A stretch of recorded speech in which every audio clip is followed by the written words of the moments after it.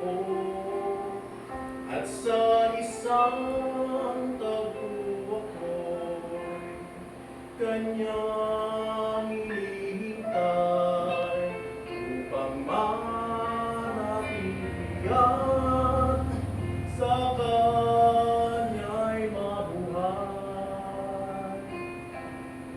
Bawat araw ako ay namamangha sa ating Diyos kung bakit ang pag-ibig niya'y gayon na lamang at lubos ako'y niligtas niya sa kanyang biyaya.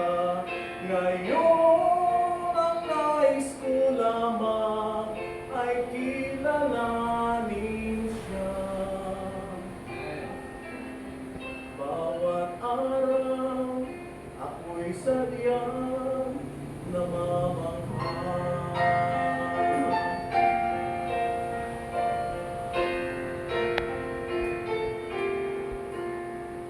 Mayroon